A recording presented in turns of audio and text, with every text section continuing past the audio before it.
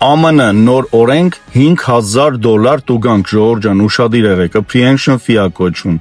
ԱՄՆ-ում ուժի մեջ է մտել նոր կանոն, ըստ որի յուրաքանչյուր մարդ,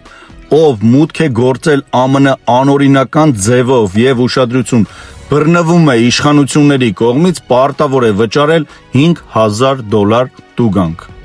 Ուրեմն բոլոր անձինք, ովքեր մուտք են գործել ԱՄՆ առանց վիզայի, առանց թույլտվության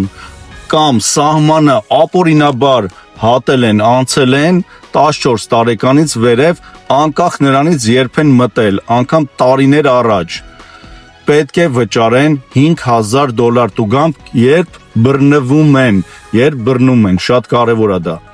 Այս $5,000 վճարը չի օրինականացնում մարդուն, կարգավիճակը չի փոխում, ուղղակի տուգանք են մտցրել Ժողովուրդ ջան $5,000 պետքա վճարեք, որ ապօրինաբար մուտք է գործել ԱՄՆ եւ ասում եմ կապ չունի տարիներ առաջ կլինի, 3 կլինի, 1 ամիս առաջ կլինի, հենց բռնեցին պետքա վճարեք եւ այդ պարտքը